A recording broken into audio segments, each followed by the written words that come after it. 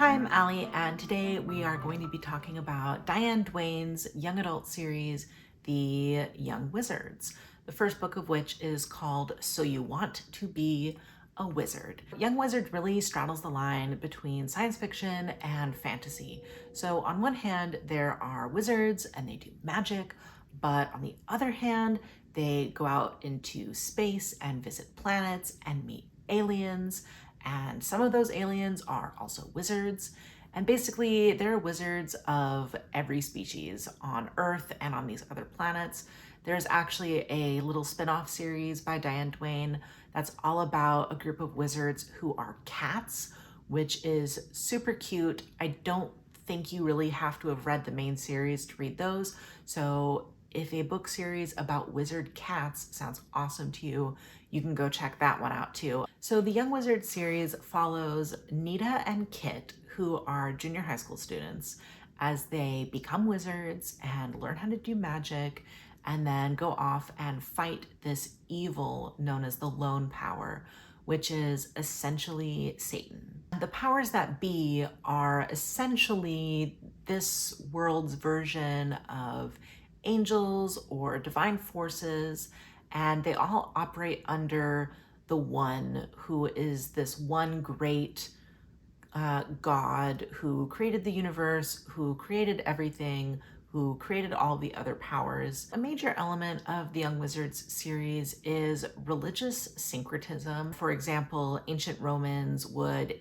encounter another culture and they would see what gods that culture had, and they would look at them and go, okay, we are actually the same. We see that, this sun god that you have is really the same as our sun god that we have, just in a different form or under a different name. The religious syncretism in the Young Wizards results in this all religions are true sort of element, where all of the kind of big religious or mythological figures were actually the powers that be in one form or another. These books do deal with a lot of big, heavy themes like religion and sacrifice and death and the afterlife and sort of what happens to us and why it matters. But for the most part, these books are more lighthearted friendship adventure. One thing to mention is that the timeline of these books is a little bit garbled because as Diane Duane was writing them, every single book she set in the year in which it was published. So there's some wonkiness where a lot of years pass, but the characters don't age correctly in comparison to that time. And it does come up where like new technology is introduced. These books did start coming out in the 80s. So at one point, the family gets a new Apple computer. And so the inclusion of this specific computer really dates the story.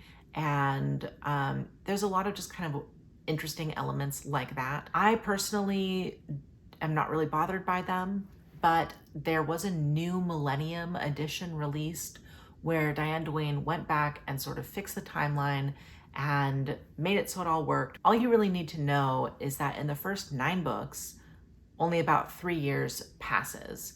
And that does come across if you're reading carefully, but if you do get hung up a lot on those kind of little details, I would suggest checking out the new Millennium editions. I have not read them, so I can't vouch for all of the changes that are made. I've only ever read the original versions. I do think anybody could like these books. I think they're for both fans of science fiction and fantasy. They do lean more towards science fiction, and I think specifically if you really like Star Trek, you will probably like these books. Diane Duane is a really big Star Trek fan. She has written Star Trek novels. I believe she's written an episode of Star Trek or maybe multiple. She's done writing for like Scooby-Doo and DuckTales and Gargoyles.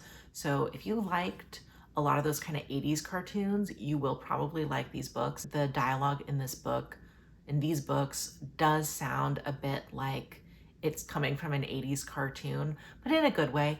It's fairly snappy. It's good dialogue. If you have ever wished that you were best friends with an alien, you should read these books. And I think that's just about all. So thank you so much for watching, and God bless you.